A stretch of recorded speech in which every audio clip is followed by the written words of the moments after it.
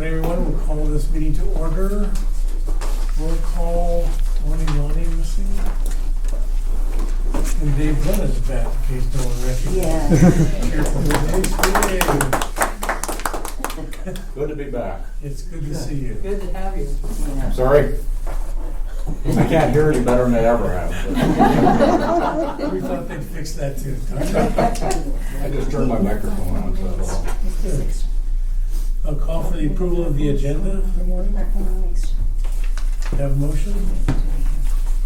I'll move. Okay, second. Approved. Public invited to be heard. We have some guests who'd like to say hello and tell us who you are. I know.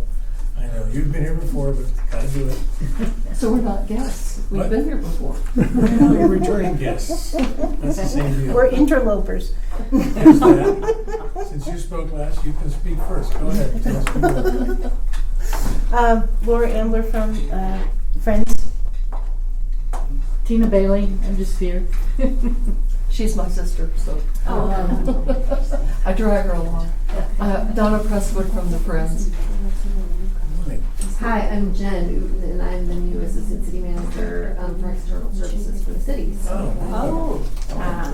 excited to be here today. Welcome. Glad you're here. All right. Let's see what's next. Approval of previous month's minutes. Any changes, adds, or deletes? I have just a couple of things. Okay. So I know that what we said under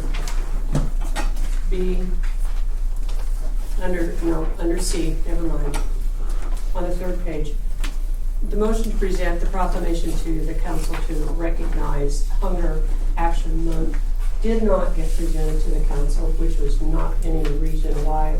John was in charge of it and had everything right.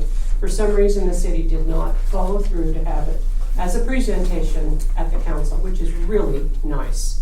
They give it, they read it, they get up there, they take pictures. It's really a nice thing. And that's unfortunate because I think it would have been really nice for them to see and for us to be recognized and for Naomi from Longmont Food Rescue to be recognized as well. But I have brought a copy of it, so I will pass it around so you all can see it. Oh, okay. Thank you. We're working on getting better in the future. Anything else? All right. Can we get a motion to approve the minutes? Motion approved. Second. Thank you. And on to new business. Lindsay Neville. Yes, hello. Everyone knows who you are, I'm sure. Well, yeah, I've probably run across each of you at one point, whether it was at like Safeway down the street or like here at the senior center. I am a Longmonster as well. I work for the Boulder County Area Agency on Aging, which is part of Boulder County government.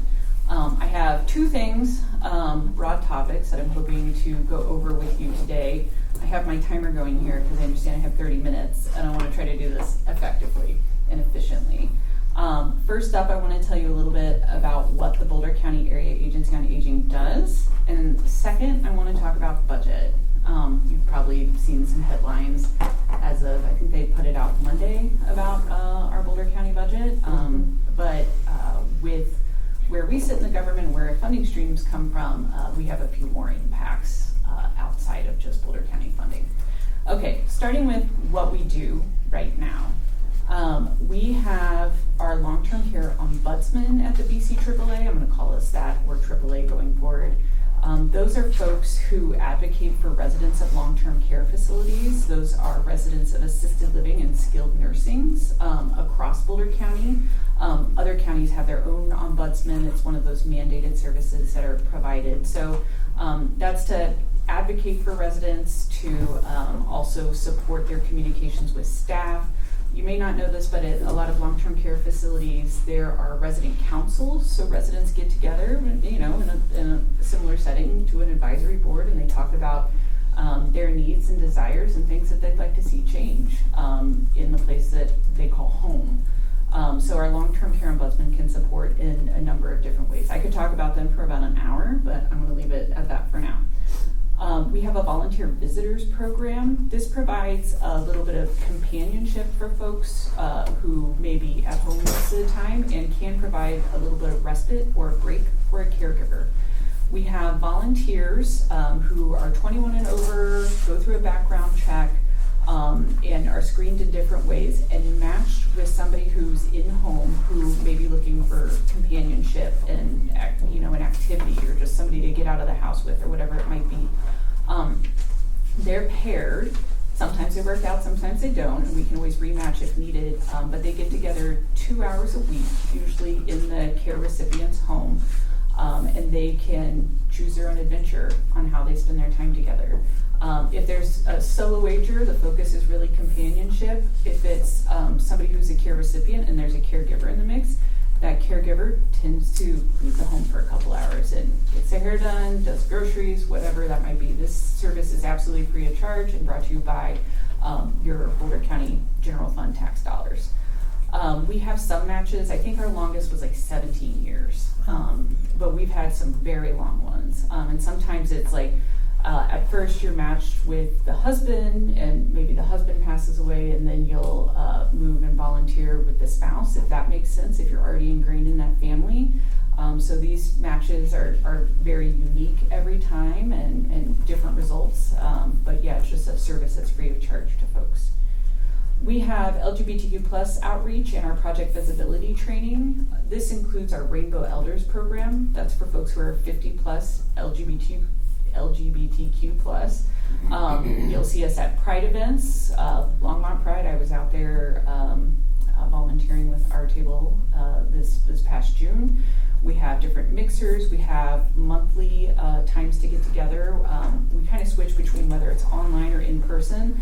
A lot of the times our Rainbow Elders are welcome into Pinocchio's right here in Longmont. It's a restaurant that treats our guests well, welcomes in the Rainbow Elders, and feeds them a really great meal at a good rate. Coming up in December, we have our Lavender Gala. With recognition that holidays are particularly difficult for older LGBTQ plus people because of familial rejection and things that they've experienced over their lifetime, this is an opportunity for folks to get together, have a good meal, dance, enjoy the holidays together. Dance if you want to. Most of us do dance when we go there.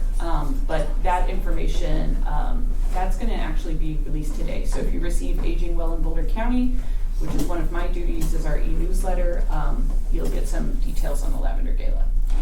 Another program we have is our abuse and later life work. The group is called JCALL, or Justice Coalition for Abuse and Later Life. I predict that this work is going to go away because we receive funding through a federal grant for that. And it is training for folks who may see abuse and not recognize that it's abuse. And what do you do when you see that? Like, what's the next step when you recognize financial, emotional, sexual, physical abuse? So that programming has been around for about 3 years. But I imagine the feds are going to make some different decisions on that. That's a grant out of the Office on Violence Against Women. But for now, it's still standing. And one of the other things that program allows is for people who have experienced abuse, who are older adults, they can have financial assistance for certain things as well. We have a pot of money to be able to help those folks, get their feet on the ground, get the types of services and resources that they need.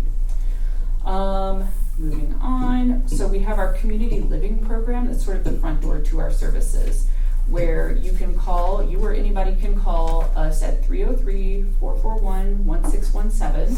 And a lot of the times it's like information about resources that are available in the county. So somebody might just be like, what are the assisted livings in Boulder County? And we can be like, well, these are the assisted livings, and that's the end of the call, right? But sometimes you'll get a call, and this is one that comes up for me time and time again as an example of somebody contacted us and said, yeah, my mom can no longer cut her toenails, right? And that is a need that people have. We need to cut our toenails and take care of our feet. They're very important. But it makes you think, what else could that person need if they're unable to cut their toenails? What else do they need? Some help around the house, maybe cleaning? Can they get through meal preparation? Do they need modifications in their home to make it easier for them to stand up, sit down, toilet, clean their bodies, whatever it might be. So it's the work of our community living team to kind of uncover some of that, and in a client-directed way, working with a client and understanding their needs and resources, helping address some of those needs that they have. One thing to know about that team is that we also have resource specialists who very specifically help in the mountains. So mountain living is a little bit different than down here. Services are not as abundant and can be very difficult to access. And we've recognized that. So for over 30 years, we have been providing specific services to the mountains, and it's a different kind of connection up there than we do down here, down the hill, as they like to say. And with incredible providers at the municipal level, City of Longmont being our Gold Star service provider, we don't need as many resource specialists through our organization because some of that service is available right here. Also within community living, we have our caregiving programs.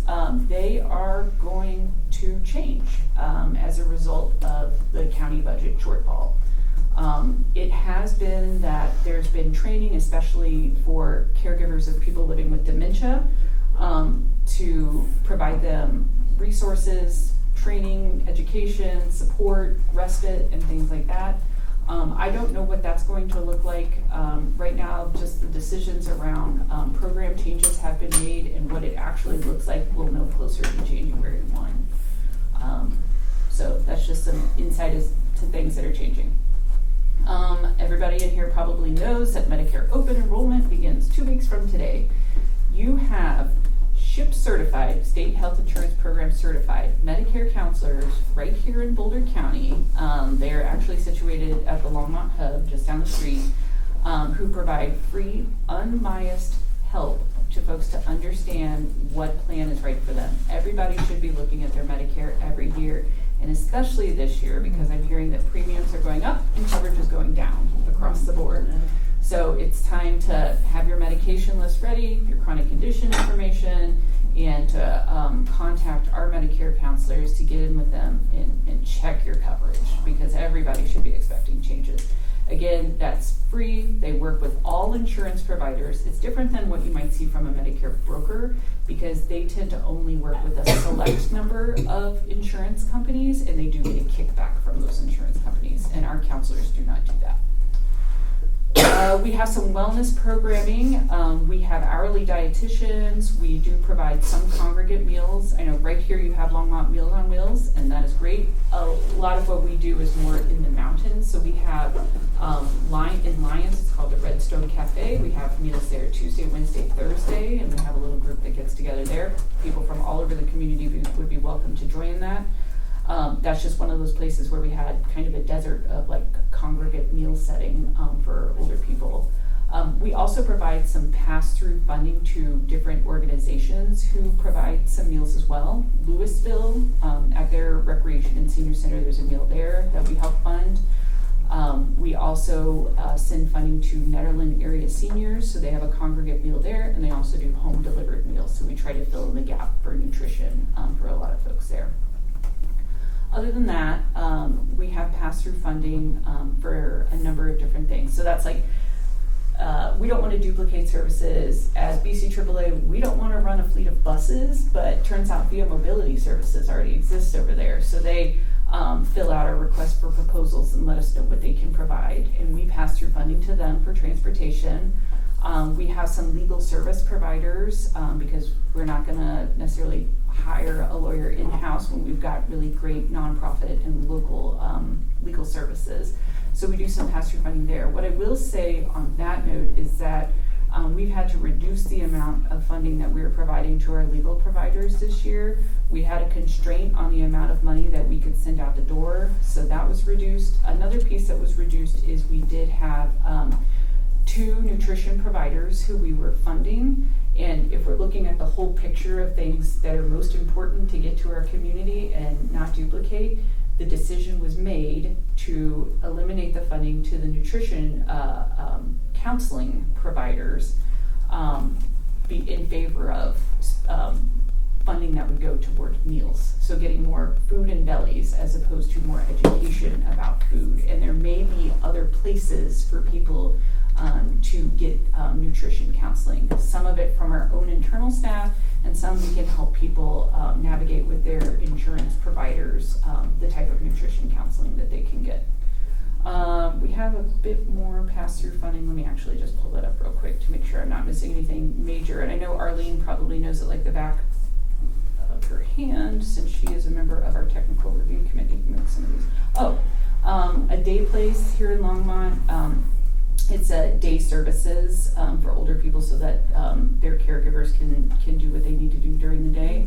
We have pass-through financial assistance dollars. City of Longmont is one of our recipients of that, where if there's a financial need for a client that your resource folks are working with, that they can say, okay, we have X amount of dollars and can help you fill this gap, whatever it may be. I don't know exactly how you direct it, and that is for you all to talk about. We have pass-through funding for counseling, home modification, chore work, so helping people around the home. What? I think Brothers got cut, but I think Cultivate still does some of that. So yeah, I think we still have some there, and I know that there's other providers for that. So that's a good overview of that piece. The other thing that I want to mention, it's unusual that an area agency on aging does that, but ours happens to house the veteran service officers for Boulder County. So these are the folks that help with disability claims for veterans and their dependents. And those disability ratings that people receive as a product of their service dictates how much income they would get from that disability every month from the federal government. So even if somebody was at a 50% and they have a new diagnosis, they can come to our veteran service officers and maybe get that upgraded to a much higher number, which would increase their monthly income. It is a tough job. It takes a really long time to get through the process. The feds are moving very slow, and they're making some changes sort of in the background that make it sort of unclear as to what type of disability rating or percentage somebody would receive for their service now. So there have been some changes there, but we call them our VSOs. Our VSOs are still there helping folks in any way that they can. They are not part of the VA, so your county taxpayer dollars provide the funding for the veteran service officers to serve our veterans and their dependents right here in Boulder County. No changes to that program, really worth noting. We'll have 3 full-time VSOs probably by the end of next month. We're hiring 1 position right now. I think that's a pretty good overview. I mean, I do a bunch of stuff too, but my work is sort of like in the background. Political advocacy, so when there's different bills coming up during the state legislative session, when we hear that budgets are going to get cut, I try to get in the middle of it. I write our newsletter, I run our 27 web pages, I liaise the Aging Advisory Council. Other duties, I do emergency operations when there's a fire or a mass murder or a domestic terrorism event. So I do a little bit of everything. So just one question. Yep. On your elder abuse, do you train law enforcement what to look for? Mm-hmm. Okay. Yeah, that was like kind of where the program started, is more there, and then it's become more community facing over time. And the person who leads that program, Liz, is available to especially folks who are in aging services across the county, including staff here at the City of Longmont. If it's like, I don't know if this is something I should call the police about, what do you think? So Liz can kind of help make that distinction and educate on the fly about what is reportable abuse and what goes to APS and what might not qualify in that. So she's been nice in the background, because as much as we train on what mandatory reporting is, it can be hard to spot sometimes. So she's really fantastic for that. I don't know when that might end, by the way. So I'll let you know if it changes. It's a really tough time, but I think everybody knows that. I may as well be honest about it. Any other questions on service services we provide before I go into budget stuff. Yes. Yes, you have a brochure Mhm. that gives all this information. Yes. Well, not all, but pieces. Yeah. Okay, but they can connect to see, Yeah. find out. And is it bilingual? Yes. Are you able to outreach the bilingual people? Yeah. They know how to outreach, we have bilingual staff. Yes, And we it's do. important because we have a growth, Yeah. a lot of bilingual people that don't know or hesitant Yeah. of what to do, how to do it, or the resource, or whatever. Yeah, I think the way, so all of our programs that are available to folks in Spanish, we do have bilingual materials for. And I work with a local translator on some of that to make sure that we have that. In terms of our internal staff, so on the community living team is where really our outreach is to the community. It's a little different with Longmont. So Longmont also has bilingual staff in your senior services who do a lot of that work. So our bilingual staff will focus more on like unincorporated areas of Boulder County and municipalities where they don't necessarily hire or focus on the needs of bilingual people, right? If that helps. Do you have a person that monitors the legislative process? Or you're the one? That's me. So I do it alongside these folks who are known as policy analysts in the commissioner's office. So I work with them during legislative session and all year through everything federal and state special sessions too, I should say, to keep an eye on the bills that come up. A lot of the times we don't have a lot of action on bills because there are a lot of grandstanding bills, especially as we approach different election years, where somebody's like, oh, I need to fulfill on a campaign promise, let me put this bill forward, and it's just gonna fail. So you might see a bill that looks concerning, but like a lot of the time, it's not gonna make it anywhere, especially if it has any kind of fiscal note or financial ask associated with that bill, especially in a time like now. So I do keep an eye on it. The thing that sort of kept me up at night during the 2025 state legislative session, which runs January to May, was what would happen to our budget for, it's called state funding for senior services, which is like the companion dollars that come down to the area agencies on aging alongside the federal dollars. And we did take a hit, but the hit could have been a lot worse. So yeah, that was most of what I paid attention to during the 25 session. That'll probably be it for 26 too, because you're not going to see anything that passes with a huge fiscal note. Yes. Let's see, my partner, there was a Medicare class a couple of days ago here. Oh, at the basic. Senior Center. Yeah. And she attended that, and just echoing what you said, she was really concerned about this kind of double whammy Mm-hmm. of increased costs for Yeah. Medicare and then decreased coverage. Is there any discussions around how we can fill that gap? Because that's going to hit, obviously, certain people very, very hard.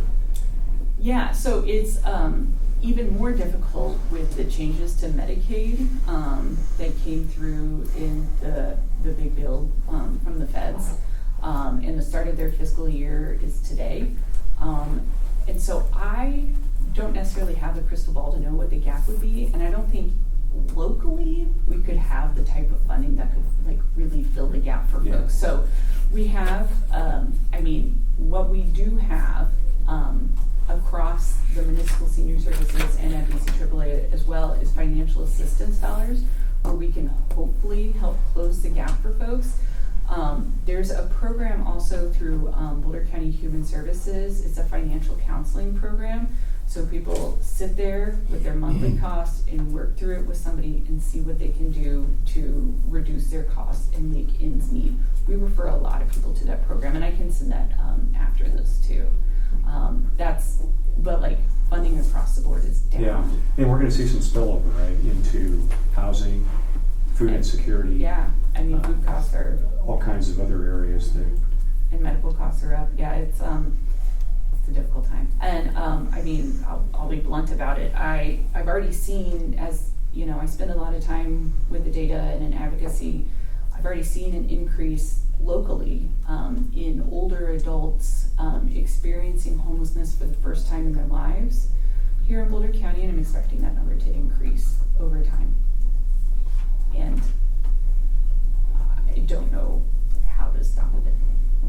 Me personally, and I don't think that we as an organization necessarily know how to stop that either. We can do everything we can and put the people most at need connected with the services, but it's a difficult time. Are you seeing that specifically correlated to the cost of medical costs, or? No, I don't have like a cause for it necessarily.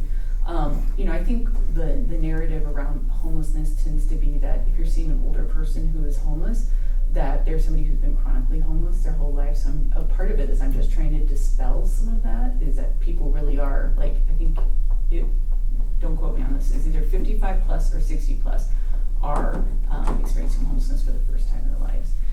And that's not just in Boulder County, that's nationally as well.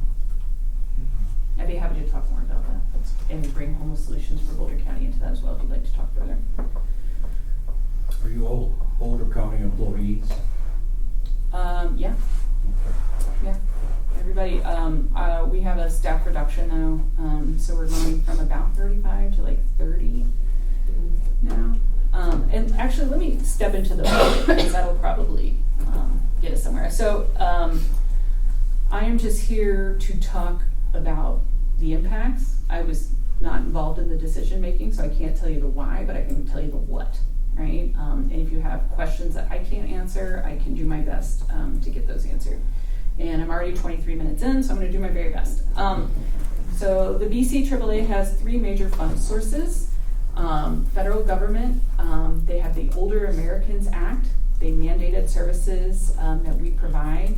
We are one of 14 AAAs in the state of Colorado and one of 614 across the U.S. So this began as a federal program. The state of Colorado also provides funding. It kind of matches what the feds provide, is the easiest way to put it. And it like further provides like mandates to our services. So it's about, across the board, it's about like 1.5 million to Boulder County AAA from the feds, and about that same amount from the state, just to keep this as easy as possible. The third fund source is county general funds. So that's your taxpayer dollars to help supplement and expand our programs. And that usually comes in a little higher at about 1.8 million, and that will be reduced. So with the decisions made at the federal level this year, initially there were supposed to be major cuts to our federal dollars, the Older Americans Act dollars. But for the most part, those have stayed intact. So we have still like steady funding from the feds, even though a growing older population would indicate that we need more funds, but we're happy to at least stay stable in this environment. The federal shutdown that started today does not impact our service distribution. The feds already gave the federal dollars to the state, and the state has already distributed them to us. So we're good on the Fed side in terms of stability for right now. A year from now, I don't know. So things to know.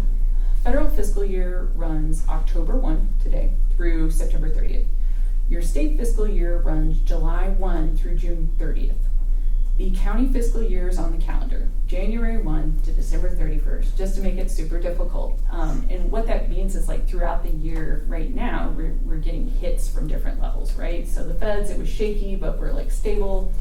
The state, like I said, during the 25 legislative session, we saw a reduction. In the previous state legislative session, they had increased the funding for AAAs because we were showing an increase in need and case complexity, and an increase in the number of older adults. So we did get a small bump in 2024, but they rescinded that in the 2025 legislative session. We should not expect any type of increase from the state in the next session, because the state is still working through that $1.3 billion deficit they created for themselves. So I'll keep an eye during the state fiscal year, and I will certainly through Arlene or whoever the rep is at that time, make sure that you all are aware of kind of what's happening, and if we have an advocacy alert and a need for advocacy during the state legislative session. So hold on, let me go to my notes. At the end of the 2025 state legislative session, we were told if you did not receive major reductions during the 2025 state legislative session, that you should expect them during 2026. So I'm expecting them. So I just want to very clearly state that. So we've gone over feds, state, and then I want to talk about county budget. There was a press release that went out, I don't know if it was yesterday or Monday, it's kind of a cloud right now, that there was going to be a change to our county budget. The process called for a 4.8% reduction to address a structural budget deficit. 4.8% for the county budget is $13.2 million. This is very specific to Boulder County general funds. This does not impact the fed and state dollars. We're not redirecting those. Those are mandated for certain services, and we're using them as we should. The structural budget deficit is projected to last the next 3 years. Positions that were vacant with Boulder County government have been eliminated. Those will not be filled. Some programs will be eliminated, including some of our own at the AAA. A total of 90 positions will be eliminated. 60 of those were vacant, and 31 positions currently occupied are being eliminated at the end of this year. So because the county fiscal year is calendar, it'll be the end of this year that those layoffs occur. So if nothing else, people have gotten a little bit of an on-ramp to understanding that their job will be ending in 3 months. The Boulder County Housing Authority and Boulder County Public Health are still in the process for their cuts. So there should be more. I just don't know what those are yet. In addition to the cuts in positions, there will be a $4 million reduction in our general fund budget, and that will come out of operating costs. So the dollars that we use to maybe feed the AAC or provide transportation to those meetings that we have, pens, pencils, those kind of there's going to be some changes there, and it has to total $4 million for a balanced budget. Per the press release, and I'm just saying this as a quote, no new full-time positions will be considered. The county will, however, honor prior commitments to add staff for new facilities on the jail campus after review to prevent role duplication. So the jail campus, you may have heard it as the alternative sentencing facility or the Joe Pelly Center. So that is one place they'll still be hiring, or for folks who have experienced layoffs who would be good fits for those roles, they may find a job transfer internally that way. Yeah, I feel like I've said too many words. That was excellent. Oh, thanks. Thank you. It's really hard to share, and Arlene's seen me all year. I'm kind of gutted. I would rather just be honest about it. This is really difficult. It's really difficult to talk about, and it's really difficult to think about how our service to older people and caregivers in Boulder County is going to change. So, yeah. But I try to make the information digestible. In the program that you talked about, the dementia, Uh-huh. that are working with the client or with the family Yeah. also to understand Yeah. what is happening to their Yeah. loved ones, because a lot of them are going through, don't understand. Yeah. I told you, put it there. I know some families are going through those difficult Yeah. times. But they need to understand, be patient, and be aware of what's going through their loved ones. Yeah. Would it be helpful if we had a class available in Spanish? Because I think all we have is monolingual English right now. for No, our definitely, classes. definitely. We have a couple different things. One of my favorite trainings that we've offered, and I think we did it at the Aging Advisory Council right here, was how to approach someone with dementia, just how to talk to someone and how to treat someone and how to know when there might be a problem. So there's that side of it, and then we also have another training that's more for the caregiver, and there's a kind of a heavy book, and it's more about how to help somebody with activities of daily living, like toileting and bathing and things like that. From your perspective, does one of those sound more intriguing, or are they both needed? Well, there was I think not too long ago, a program on dementia, but there was a translator. Yeah. Oh yeah. Kind of difficult. Yeah. Because if the person is not the one that is talking about whatever, Yeah. you lose it. Yeah. And people are shy they hesitant to ask, I didn't understand. They don't. Yeah. They're not gonna ask questions. Yeah. Where it's more comfortable in understanding when it's a person Yeah. speaking the language. I appreciate this feedback, and with the changes that we have on that team, I'm wondering if our bilingual resource specialists might be able to provide that training in the future. So let me take it back to the team and see what we can do. Just to follow up on that, so there's never been a training or course in Spanish? I think there has in the past, but the person, It's not currently.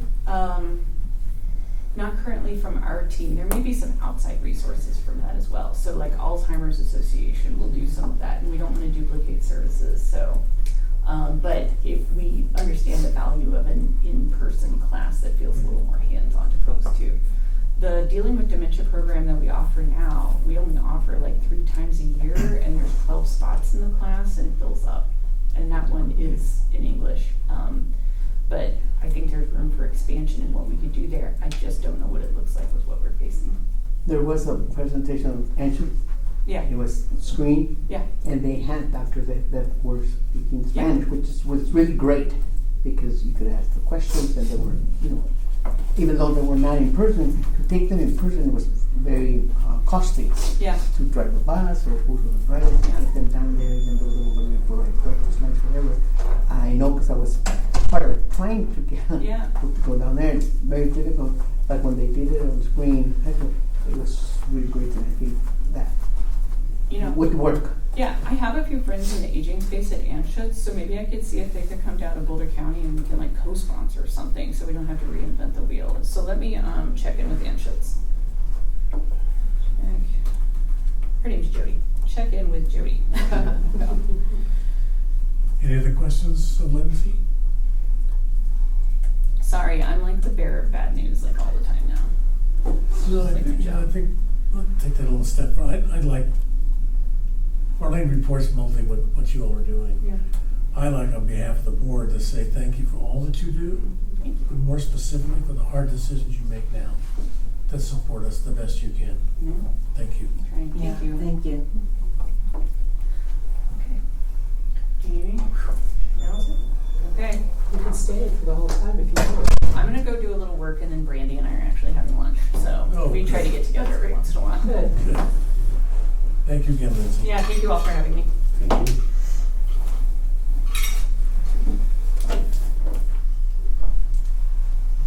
Pretty slowly been my way out.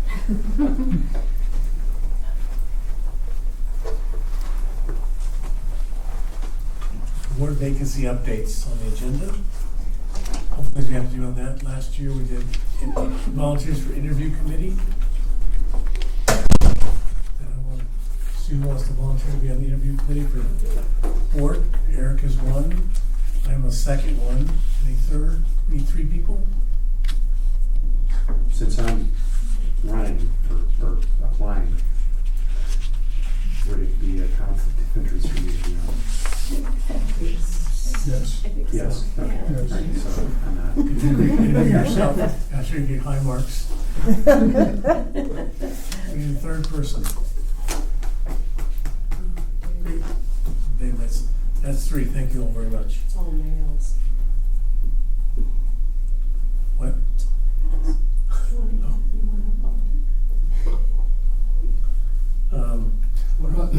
What are the interviews? The interviews are in, the review is 10/21, 10/25. I'll send this out to everybody. Do you want me to, do you want me to share real quick? Sure. I can jump in. Okay. October 21st to 25th?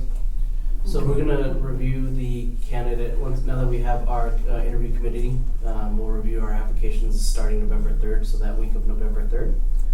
I'll work with this committee to schedule interviews with those candidates November 20th or November 21st.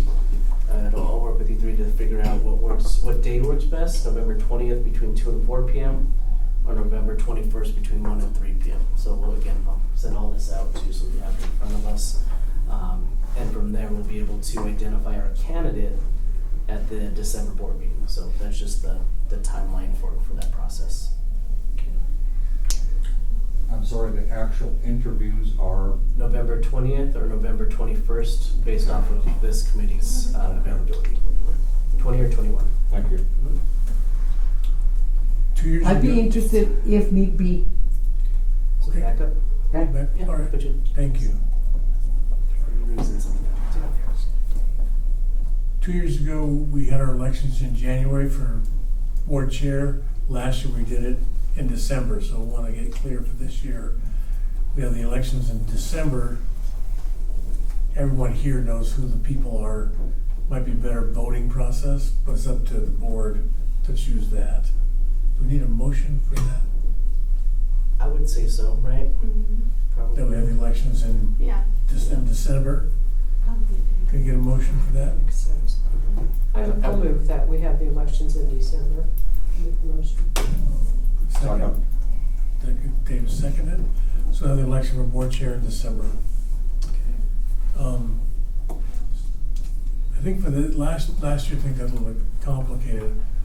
I'd like to propose that we get a sheet out to everybody from the board, but asking for the experience of why someone wants to be chair, what their senior experience is, what have you. We'll get something out to everybody by the next meeting. Just a one pager, what's your experience, why do you want to do this, what can you contribute specifically? And then we're ready for the December election. Anything else? Ronnie, you're up. I'm up. That's a surprised look on your face. I'm ready. I'm ready. It's right here. Go for it. So we just talked about that board vacancy timeline. Leading up to that, we, at our last board meeting, we gave everybody an opportunity to review the questions to see if we wanted to restructure them, receive some feedback from our board members, so we'll take that information or those recommendations into consideration to reshape some of those questions with those recommendations. So I'll work on that. Let me see. Yep. So we just took care of all of that. So thank you for taking care of the board vacancy timeline. I wanted to follow up with our board about not only the board vacancy, but also the resolution that we reviewed in that same email, that same process as well. The resolution focused on recognizing Northern Arapaho elders, Northern Arapaho tribal elders as Longmont residents, providing, so not along with that acknowledgement, providing that opportunity to attend senior services programs on site or through Zoom at a resident rate. Our board had a chance to review that. There was one recommendation that came through. I don't know if you want to go back to numbers. It was just really to focus more, making sure that the language is focusing on the Northern Arapaho elders, tribal elders specifically. So just making sure that that language is very clear that it's for the Northern Arapaho tribal elders. Take that in, that recommendation into consideration. Move that forward to the city attorney to develop a final draft of the resolution in the hopes of getting that to city council. When would that take effect, on 26th? Or right away, or whatever? Depends on the process. I think it's just whenever we're able to get in front of council, and council would then vote to approve, correct? Usually, yeah. So if I can take a few just seconds, I wanted to introduce Jen Uten, our new, well, not so new anymore, assistant It's city still new, manager let's- for external services. So we're really lucky to have her. She brings a great wealth of experience. Yeah, but I am learning that, obviously there are differences in Right. the way that each city Right. processes things. So I don't know if I can answer questions that are about process yet. So I believe the way it happens is if you bring forward the resolution, the mayor actually signs it the next Wednesday, the next day. Is when we have all of the paperwork. So I believe it's pretty immediate from what would you say 11 p.m. Tuesday to 9 a.m. Wednesday when you're usually there. More or less, I can't speak for when exactly the mayor would sign the documents Yeah, on time basis. Yeah, but yes. she usually spends the most part of the day on Wednesday with us in the city manager's office. So I think I don't There you think we would necessarily need to wait until January. That's awesome. Good. So we need a motion from the board to move forward on the resolution as it's stated, as the city attorney takes a look at it. With that recommendation, absolutely. And just keep me in the loop on that if I need to put it on, just based on Jeremy's direction, when it needs to. Yeah. So we have a motion for the board to approve the resolution. I'll make the motion. Thank you. Second, Eric seconds. We'll move forward, get to the city attorney and let you know how that progresses. Thank you, Rony. Updates, working with our friends at the Longmont Senior Center for our budget approvals for 2026 to support senior services programs and services. We had, the past few months went to our board to talk about the conditions of the technology in our classrooms. Our projectors, our whiteboard monitors we have in our, and I always call them the reader boards. The reader boards we have in our lobby that displays the daily schedule along with upcoming events. Each reader board is different. Worked with our friends at the Longmont Senior Center to discuss the conditions they're in and the need for an update and upgrade.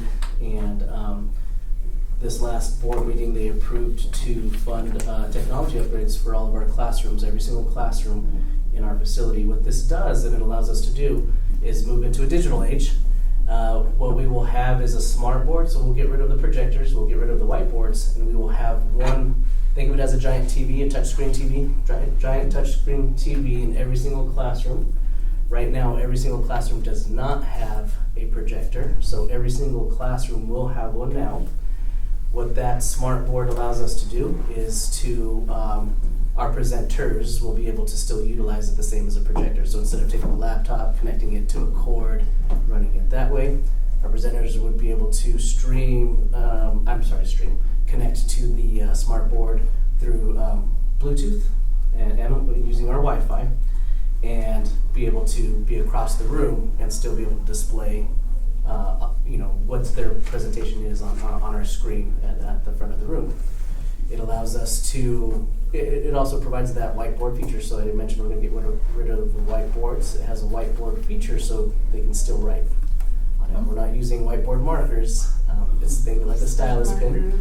You can use different sizes, Throw away fonts. all the markers. Right, all of them. That's great. And so it has those same features. You can still highlight. You can do whatever you need to do for presentations for our board meetings. It also comes with the feature to have a virtual option. So for our board meetings, we can be able to use our Wi-Fi to connect to that, to be able to stream our board meetings, to stream classes. It allows a whole new realm of possibilities that we can't currently offer for our participants. We talk about limited space. A lot of our classrooms or programs fill up. Once we're at capacity, we have to create a wait list. If a seat opens up, we are able to bring somebody off that wait list to take that vacant seat. What this allows us to do now, if the presenter, we're not making it mandatory, but if the presenter would like to explore the options, take that wait list, and now those participants can be a part of the program through Zoom, basically, to be able to log into the program virtually. So we won't have to turn people away in those cases. What this allows us to do also, each classroom will have a digital door sign on the outside. So we'll get away with all those papers that we have and be able to schedule everything in advance. So for this board meeting, 10 to 12, once it'll show that on the board. Advisory board meeting, 10 to 12. Once the board meeting ends and the next program once this program ends, it'll turn over to the next program, advertising that next program by name and that time for that specific classroom. Hey, Ryan? Yes. Would it, like, for example, the way we're doing this with these microphones and cameras, would that all then be integrated to stream this? It would be a possibility to do it that way as well. I would have to work with Eric to see about the technology, meaning is it's because you just upload it to YouTube, right? Yeah. So yeah, we can set up a Zoom and record it that way, and then upload that to YouTube. So all these pieces of technology that we're talking about, we have our computer card over here. We have a whole room of pieces of equipment like that for our computers, for our computer cards, for those portable projection screens and projectors. We're able to use that space now for an office space, so we can have more space for our volunteers, things like that. We can actually use that room as it's intended. So our friends at Longmont Senior Center approved that technology upgrade in 2026, and so very excited about that and the opportunities that it will bring for our participants. We're excited too. As heavy users of the technology, we're really happy. We teach a class where we do hybrid, and we use Zoom right now using things like, it's not the easiest thing to do, and sometimes you're holding your tongue in the right way to hopefully get connected, and so it's like, yay, it'll open up so much more possibilities. Thank you. Talk about the upgrade to the gym too. Oh yeah. Oh, for the audio? Yeah. Yeah, so we're going to get an audio upgrade in the gymnasium as well. Wow. So it allows, I know we do presentations under the main screen, would that be our west wall, but we also do presentations in our south wall as well. So there'll be speakers to allow audio, better audio for each location. So that way, if we're not presenting on this, have a presentation on the south wall, the audio is coming from the north or west side of the gymnasium. Is it only audio? Think of it as a surround sound. No, there's video improvement. And it communicates with the video and much more seamlessly. Oh, absolutely. Going forward. We will avoid a lot of the technology issues that we've had for our large presentations in the gymnasium, where the audio is conflicting with the microphone for the presenter. They're not working together or speaking together. One dominates the other, or they don't work at all. And so now we'll be able to use both of those features at the same time. And so we're really excited about the opportunities this not only brings for our participants, but how it's going to enhance their experiences here at the Senior Center. So I attended the Friends meeting where the group was there that talked about, that's actually going to do the installation, correct? Yes. Yeah. And it was fascinating to hear them talk. I mean, this is going to make this place really, really great. But I think one of the things that I really got out of that I really enjoyed, I have been to meetings here and I've been to programs here where if you're sitting in the back of the room, you cannot hear. And this is going to take care of that. It's my understanding that you're going to be able to hear. That's in D&E, exciting. which is the larger room, and you can't hear anything, and you can't see anything. You'll be able to hear, and you'll be able to see, and it's so exciting. It's going to be so exciting. Incredible. Yeah. So good for doing it. Yeah. They also approved funds to sponsor our 2026 Elder Exchange as well. So a lot of good things from our last board meeting with our friends, and just very excited for these opportunities for our senior participants in 2026. So big shout out and thank you to our friends. I'd like to put that in perspective. Think about what's been happening here in the presentation Ronnie did for the bands last year, and when Arlene was talking about when the audiovisual people were here, very thorough presentations and very persistent with the board to give them the opportunity to invest several $100,000 in bands and upgrades here at Ronnie's doing with the support staff. Yeah. Thank you. I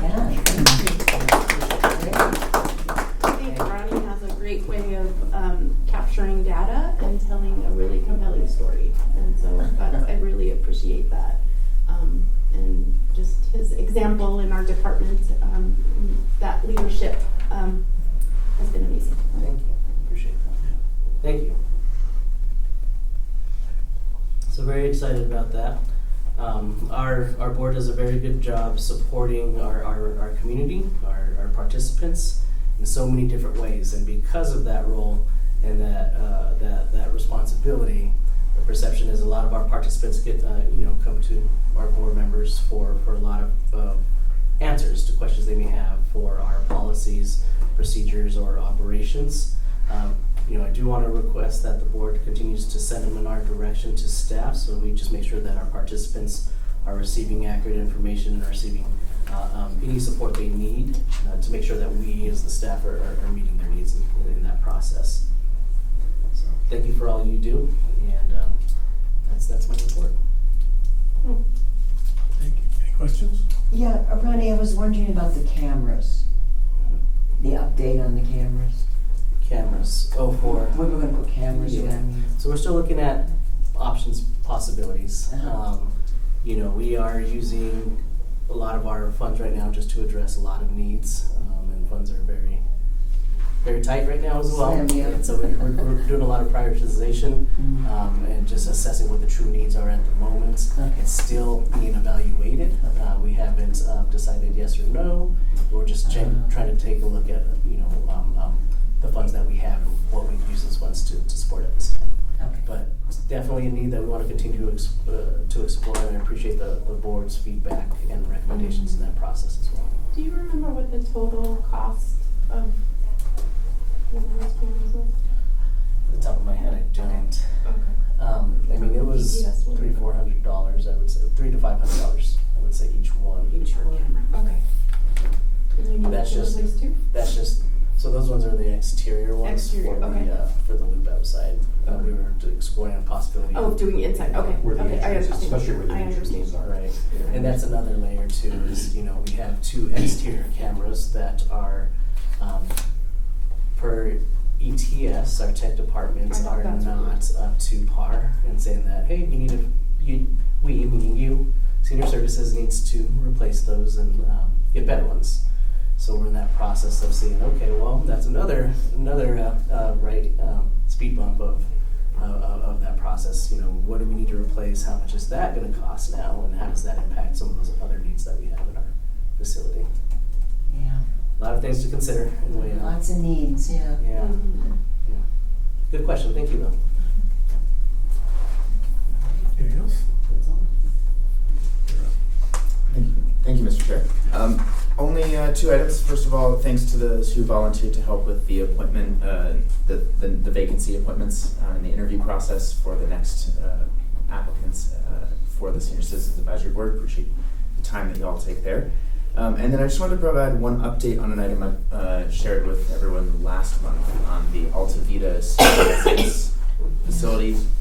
So last month, I think I shared that the folks that run the Alta Vita residences, senior living residences, that continuum of care on the west side of town, kind of between Dry Creek and Fordham, they've been asking, they're asking City Council for a variance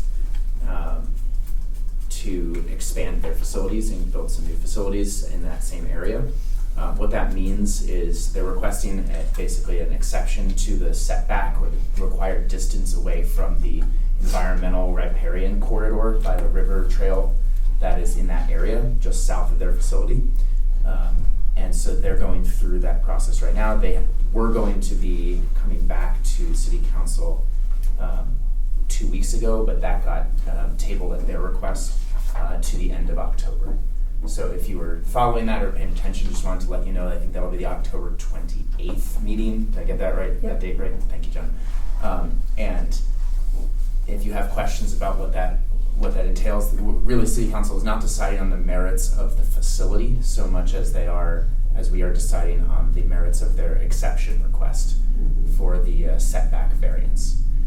So if you have questions about any of those terms that I just used or the process there, it is complicated.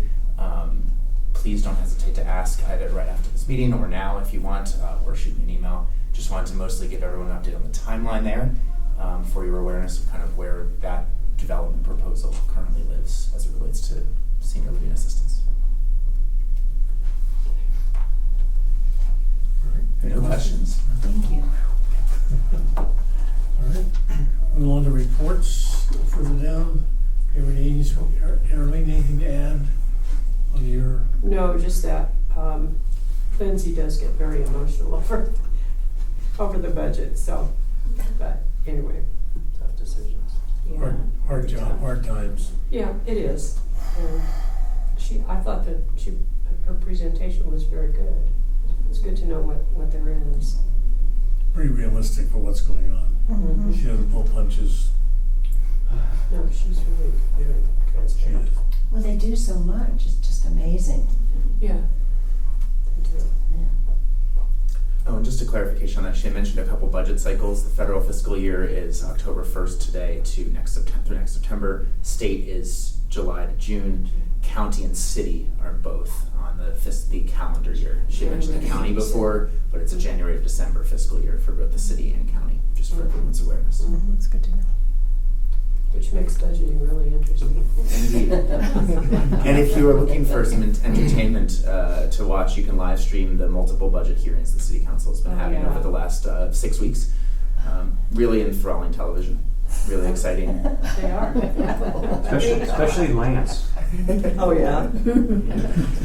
There's some really important information there. If you have questions about anything that I've learned through that process, this is the first time I've been on City Council for the budgeting process. Happy to share more about that, or just let me know if you want to be directed to any particular topic or department from the budget process. And I kind of watch it on TV, but is it, as far as new employees go, or new staffing, is that at we're not going to hire any, or have they gotten into that totally yet? Oh, great question, Jen. Do you want to speak? There's a handful of new employees that are being proposed and for council's consideration, but in general, it's pretty well pretty flat. Yeah. So will there be cuts or furloughs or any of that kind of a thing? No, we're not planning for any of that. Okay. And I think we're planning, as of last week, I believe we approved a budget for basically paying at market rate for all employees and staff. So no cuts, no furloughs, and continuing to invest in the staff that we do have. And just one thing to note for our staff operations overall, we have a pretty lean staffing operation, which means everyone here who is city staff takes on a lot and does a lot for their individual role. Whereas that might be 1.5, 2 positions, or maybe even more than that in some other communities. So we expect a lot from our staff, and we want to compensate them appropriately as much as possible. And if we have a vacancy that we believe kind of at the department level that we should fill, there really is a justification that we have to provide to our leadership team, to Jen, to Harold, to really take that into consideration. And so right now, all positions, at least that's how it's worked in human services, if we feel like we need to, it's an essential position to hire, they have to basically be vetted through Harold HR and our finance team. All that to say, if you have not said thank you to someone in the last month, you have a number of staff who have been working very hard and are continuing to sustain through some really uncertain times right now, who are trying to maintain programs and budgeting, including Jen, who just joined us, but is trial by fire right now. So welcome aboard. I would just mention that there were 2 presentations that happened from the police department and from the Parks and Recreation folks about the services they would like to provide and that they don't have enough staff for, and so those are, if you're interested in that conversation, I think it wasn't this last city council meeting, but I think the one just prior to that, and September 11th? That sounds right. So, there's certainly lots of work that people would like to be doing to take care of the city. I think that was September 14th, actually. The 14th. Yeah. Just because we are continuing to fund staff at current levels does not mean there aren't gaps in future programming or future needs, right? That we would like to be able to fund. Well, the city keeps growing. Indeed. Harold always tells us to really look at things as have to, need to, want to. So that's kind of the frame that we're going into all of this work that we have to do. But yes, compared to what you might be hearing out of City of Denver or Boulder County news, no, we don't have plans to cover furlough staff. That's encouraging. Okay. Yeah. Any other questions? It's interesting you can attend some of the coffee with council meetings. These types of things will come up from community members. It's pretty fascinating to hear what the city's able to do and what they prepared for years ago from a budgeting standpoint, putting money aside in anticipation of something exactly like what's happening now. Pretty phenomenal what the city does. Anything else? Any of the reports? Sustainability, Eric, anything? Okay. Got nothing. John, you gave a report last time you had been in contact with Lily Moon. What, anything progressed since then? Yeah, I just wanted to say that, so we've got Lily Moon, who's with Boulder Workforce, and she's gonna come at the next board meeting in November, was that November 5th, I believe. She'll be speaking with us for about 15 minutes just on what Workforce does, some programs they already have in place for employment for senior citizens. So she's going to give us a general update for about 15 minutes. I was also in discussion with Brandy about a workshop in 2026, and Brandy is running with that. And she told me in an email that she's probably going to target either summer or fall, early fall, to have a workshop. I told her if she needed any help from us, that we're willing to do whatever's needed. Brandy said she'd let me know that, but it sounds like she's running with that. Great. Thank you. Yeah, great. Arlene, update on the food table? Sure. Can I just say a little bit about housing for a minute? Absolutely. Okay. So the new place that's going in, which is Ascent, the information that we have been given, and I may have the numbers wrong here, but I think I'm fairly close. Of course, we're going to have vouchers available for people over there. I believe it's 18. And that voucher opened on the 8th of September for people to apply. And of those 18 positions, they had over 200 people apply. So they've got some looking into and some, they got to really take a look at that. And some of the people are people who are already in some of our facilities and they just want to move. And we can, you understand that. So on the 15th, they were going to open it up for the rest of the facility over there for people to start applying. We should be filling those places in next year, real soon, right after the first of the year. If you guys are ever over in that area, which is, I always say it's off of 18th and over, it's behind Walgreens, it's over in that area. They are really getting that place going. Oh, yeah. So they, of course, will have, the ribbon cutting and all that kind of stuff going on. So when they do announce that, if you guys get a minute, please go and see, because I think the places will be very nice. They are definitely low income, but we have some very nice low income places here in town. So I just wanted to let you know that there are people out there who need housing. Yeah. Thanks, Arlene. Food table. Let me talk about that a little bit. You all got a copy of the report that I gave you, and I also gave you out a copy of this morning as well. That shows you where we're at. Guys, we've already doubled our numbers since June. We had 115 people come through. I think we actually probably had a little bit more than that. But, and some people left, and some people, when there was a meeting in this room, and I know some of those people went through afterwards that didn't get a number. But we're getting up there. And then you can see as far as the total food numbers go. So I can give you an idea of what we're looking at for this next time. We're planning for between 150 and 120, which means that we are hoping to be able to put together 120 dozen eggs. We have somebody who gave us a bunch of eggs, so we're not having to purchase those this time. The interesting thing about it is that they're not actually in dozen containers, they're in the flats, and they have to be put into dozen containers. So we will be working on that on Friday evening, and I will check with some of you guys if you can help us with that, because I haven't quite figured out yet the exact number that would make it the most efficient to do that. But we are hoping to have at least 120 dozen eggs, and if we have the number that we did this last time, we'll go through them. Yeah. They'll go. And we're hoping to have pretty close to 115 pounds of meat. We did get some meat this last time that was donated to us, so that gave us a little bit of meat left over towards the next time, which is the 11th of October. So that kind of puts us where we're at there. Okay. Can I speak to the egg issue you were mentioning? So Naomi called Arlene and myself and said, I've tested this. I did some flats. And I put it from the flats to the dozen eggs. It takes so many minutes to do a flat of eggs. So she's asked Arlene to get that many people to that many flats in that Friday evening, so Yeah. we'll be in touch. So we'll be in touch, because we're gonna, throw it out there to, can you work Friday for maybe an hour in the evening, 4 o'clock? And then we're also on Saturday, because I'm gonna need to know who wants to help on Saturday.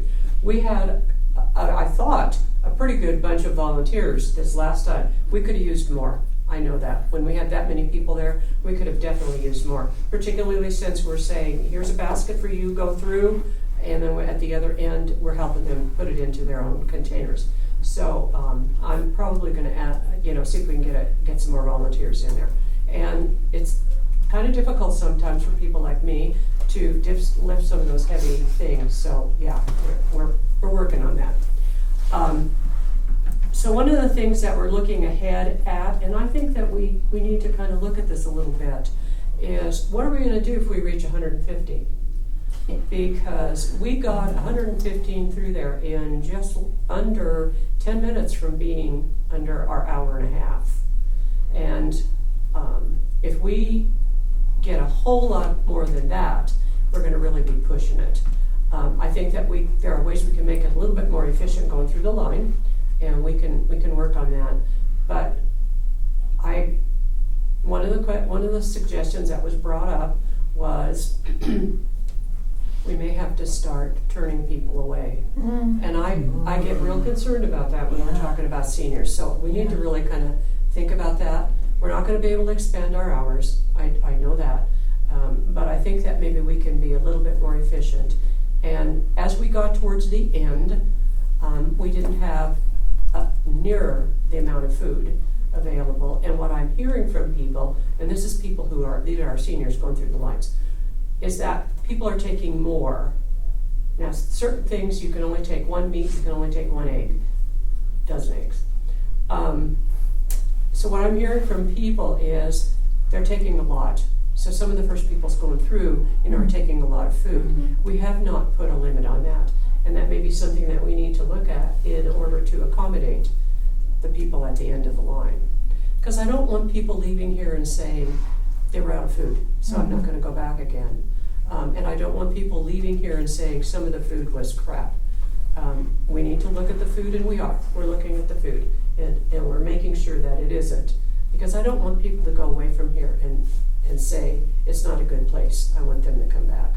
So some things to think about, guys. We're not going to put anything into effect probably this next time, but we need to think about that, because I hate to see us turn people away. So anyway, Arlene, our goal is 200. The basket? The baskets? Mm-hmm. There were not enough last time. There are more baskets. And part of the problem that I saw last time was that they were sort of getting stacked up over here where you're actually helping people. They were. And we weren't getting them turned around. So again, if we have more volunteers, grab those, take them back up. Yeah. So yeah. But I know every time there's like one basket empty and there's like 5 people waiting for a basket. Yeah, and we just need to be a little bit. Yeah, again, it was the first time. Yeah. So yeah, we're learning as we go along. So I have a couple questions. Do you want us to donate egg cartons? Or yes, if you have them. So save our egg cartons. So Yeah, because she's going to try and get a bunch of egg cartons, but she thought, well, we looked at the stacks on her phone. Yeah. We didn't actually see them in person, but there's a lot of eggs there. So I mean, this is exciting, because otherwise we've got to pay for them. And that's the other thing that comes up is, yes, we're getting some donations in, of money donations towards the seniors, but we're going to need more. If she doesn't qualify for a grant from the state, there may not be any protein to give out in the winter. So yeah, we just kind of need to look at those things. So, and two, I do think we should limit. I've seen what happens. We do need to limit initially. And so the people that are standing back here, can say, okay, you could take one big thing of blackberries, not 5. So that we can, and they'll, they'll understand it. I know the seniors will understand. When I volunteered at the R Center, that's what they do. They have to. Today you get a half dozen eggs, or it all depends on the availability. Eggs they'll get a full dozen of, but it's some of the other stuff that because when you're number 100 or 102, and the only thing that's left is green peppers, Yeah, or a loaf of bread. I mean, yeah, you're gonna be kind of discouraged, but. Or a birthday cake. Oh, those weren't even left. Did you say that we'll continue one meat and one egg? Yes. Is it one? Dozen eggs. One dozen, yeah, one dozen. Yeah. Is that, they could take both or either? They can have both. They can have one meat, so it's a pound of meat, a pound of sugar, and they can have a dozen eggs. Gotcha. Yeah. Could be worth thinking about, just like paying attention to like if you were to do a one or the other option, if that would spread out the dozen eggs or be beyond. I would leave you with, well, probably not, because that would leave you with, we did have a little bit of meat left over last time. But it would, We had a lot donated, that's why we had extra. Yeah. We had somebody that donated, one of the, probably, I don't know if it was King Soopers or who, but somebody donated chicken and pork last time, some. So, we're pretty good about monitoring those, but I think, sure, if you've got 2 big boxes of green peppers, yes, you can take more than one. But some of the other things, I think we just need to kind of encourage people to don't load your whole basket with one thing, we'll work it out. We need to give it to them, not let them grab it. I saw, I know what I'm talking about. Yeah, you were there. And I know we have our gente, whatever, now, but sometimes they come, as 2 when it's supposed to be one. Marta, One they family. do We that, need yeah. to be careful of that. One family. And the people we know, I feel comfortable and say, no, espérate. Yeah. No, I'm not ashamed, I'm sorry, You like it or not. It's making us move. Yeah. Move it along, move it along. It's because they're choosing, I said, choose can be No, better. yes, I mean, it's yeah. meat, it's one of them. It's bread, vámonos, yeah. The eggs, I'm concerned, we're gonna run out. That, it's a dozen, we can cut them in half. 6. And then some of them were opening up the box. I said, what are you looking? It's a crack. You just go and crackle it. Yeah. And the store you can do that because you can turn it right here, okay? Right. I mean, I was very straight. Yeah. That's who I am, That is and that's true. what I'm So gonna that do. people get here and then start looking and then Yeah. line and I know. Yeah. The other thing is that I did if actually. they're like this or I don't like it and the people is. It's not that I'm pushing for disrespect. No, Exactly. I know. Yeah, we just need to do that. The other thing is that when we're giving But it also, It's about being respectful to everyone, right? I've been. I mean, it's fun. It's fun. People were laughing at me. I said, "Oh, Something else. I mean, it's not. In case you don't know, Martha's very bashful. She is bashful. Move, come on, move. Yeah, Martha said, if he's right, go ahead and make his problem. Yeah. Oh, yeah, and then the grapes. Oh, they're pretty. Well, that's for I wanna bake. thank- You know how thank- to make empanadas? Well, you make that great. And if you don't, just leave them, okay? The other thing is that I also stop if I see, so for instance, we had one person who had 3 numbers, okay? You only need 3 numbers, you're one family, and so I took back the numbers, and that probably, people probably thought I was mean, but hey, we gotta get people through the line. You're right. And it's one family, it's one per household. So, yeah, But also, and they're really good about that, also, but, Arlene, I have a question. So, it supposes the 10 to 11:30, doesn't it? This is the time? Yeah. So when we come back at 9:30, it's a full of people already there. So the last time that I came, so he told me these people come first, and then this one, and then this one. So we start taking names. So how we can do Okay. the people coming side by themselves or something that we are gonna have the really- numbers available to us. This time, they're here, okay? So we're gonna have the numbers available, so whoever's here can get those numbers, and the people that are already here can hand them out to them. Some people is coming like at 9 or 8:30, and then Yeah. we are not here, so then we are taking the number by themselves. I'm usually so- here by about 9, so. Yeah, me and Martha come at 9:30, so, Yeah. but Yeah. it was a bunch of people here. Yeah. So then we'll get a number when they when they arrive, or how Yes. we will do. Yeah, so if there's, so whoever's here's first, and of course they're here because they wanna, be first in the line, I get that. But they also sit and socialize, this is a social thing for them too. Yeah, this is really a Yeah, great they time. come for them. early to socialize before they Yeah, start. so I think we've we're working on that. But I think that if the numbers are here, that's gonna be a lot easier than you guys writing them. But we're gonna start at 8:30, at 9, when? So we don't start at 4 and start. You Giving know, the numbers is that's a different plan. than when we actually start the thing. You know, but if somebody's here at 9 o'clock, they're gonna get the number 1 or the number 4 or the number whatever it Yeah, is. we should. At Yeah. 9 at least, at 9. Right here before, spelling it. Wait, sit down. Because if there's nobody here to hand the numbers out, then they don't get them, but, yeah. So are usually. they at the desk? Pardon me? Are the numbers at the desk? They should be, yes. Because I'm That's my usually understanding. here by 9. Sean is. Elaine, Sean knows. Are you walking around handing out, or are you saying basically, okay, we're gonna start handing out numbers now, stand in line? Well, I usually get the people that are here. I mean, whatever time I get here, well, of course, the numbers haven't been here in the past. They're going to be here now. So it'll be real easy to do that. And then I try to send them up by 10 so that we've got, the first 10 can go through, and then I hold the line. Of course, last time, for some reason, they all jumped in there, and the minute the food arrived, somehow or another. Yeah, anyway, I will do better at that. Then I took from number 40 on back to the cafeteria and said, okay, we're gonna put you back here. There's chairs back there, and then I'll come get you when your numbers are ready. And that seemed to work out really good this time. I heard a lot of good feedback from that. Yeah. They're not standing out here, and they're back there, and hey, you know what, we go back there, they're all visiting. I mean, that's part of what this is all about too, is anyway, but, I think that's, other than, I would like to know who wants to work on Saturday. I do. And? I'll work Friday night too. I will too, Friday and Saturday. Yeah. Or Friday afternoon. Okay, so I'm I gonna can get you help down on Friday because I'm part of the day of the dead. So I'll be at 8 o'clock, 7:30 out there. Well, that's okay, because I need most of the people on Saturday. Saturday. So, Saturday. John, I can't do Saturday.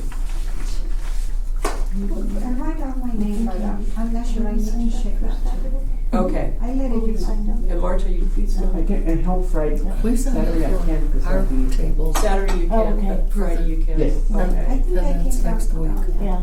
Friday, what time? I don't know What time if I have Friday? anything planned. 4 o'clock. Oh, yeah, I think up I'm on sorry, Friday too. So I don't know if I have anything planned or not. Okay, you can get her. I'll find it over here. Okay, so I've got Eric, John,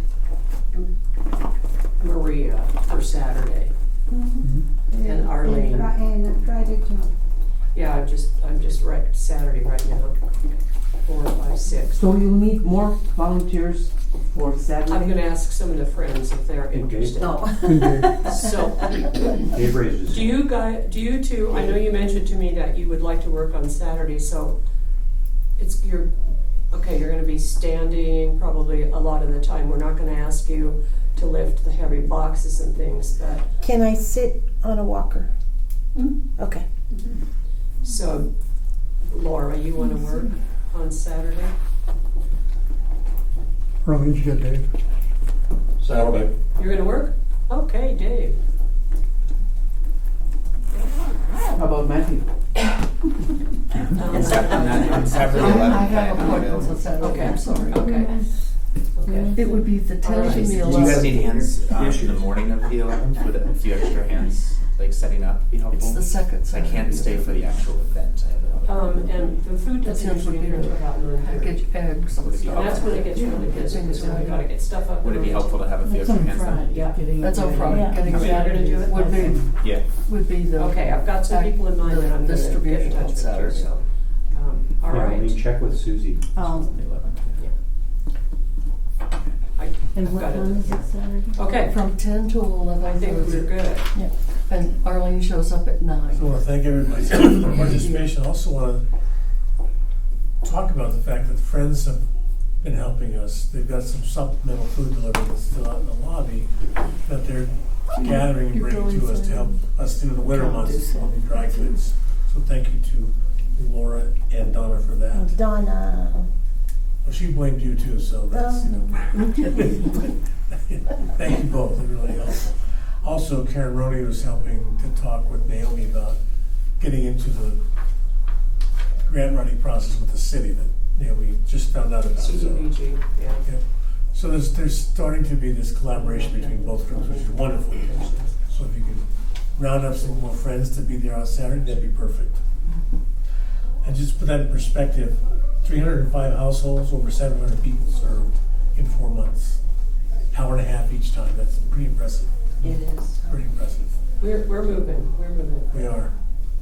John, Arlene, would you give your phone number, because my sister wants to check her schedule and she may be a volunteer. But she has no official affiliation with anything but Longmont. And all you're required to do is contact the volunteer coordinator. Because we work under the insurance of Longmont Food Rescue, so you need to contact them to spend about 15 minutes on the phone. So you have a t-shirt and you can be recognized as a volunteer, so we would take that. Oh, he wants me to do that. Yes, we all look real cute with our green t-shirts on.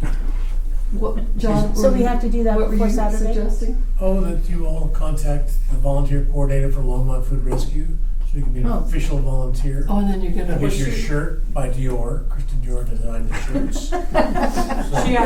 She actually brings the form too, so you My can fill whole it out. closet is my volunteer shirts. She doesn't really wear the shirts, but we wear them. I like the shirts. They're nice. So who do I contact? Yeah, I'll give you my number afterwards. Okay. And that's for the being a volunteer and everything? Okay. Yeah. Yes. Anything else? Any other items for board updates, open discussions? You want to talk about this? Oh, we all got this flyer for the day of the dead. Saturday. You're welcome. It's a family. No alcohol, no drink, no drugs. Okay? It's a family oriented, so you are welcome to come. It's been 25 years and I've always been involved from in charge of the food vendors. So there's going to be a lot of food for everyone. Come and join us. I know that's the day of the food distribution, so we'll do that. But I won't be there for food distribution. Friday. Okay. Take care of the food vendors. And it's a really, really great event. It shows on the back how the other events are. So bring your familia and whoever your neighbor is. So, Martha, are you going to be dancing at this? Me dancing? Scott goes to She just keeps everybody moving. Scott likes Yeah, okay. Will you be dancing? Yes. Yeah, we'll have to. Yeah, 'cause, So that's my dance group on the. This is the free. Oh. yeah, Was so nice It's to give us downtown, right? yeah. And then this one's at the Well, museum. Anything else? People can see that. Or Yeah, it's at the Motion museum, to adjourn? at the auditorium, yeah. So moved. It's free. Second. We're gonna get lunch. Yeah, we're done. And then Thank you all for coming. $20 worth.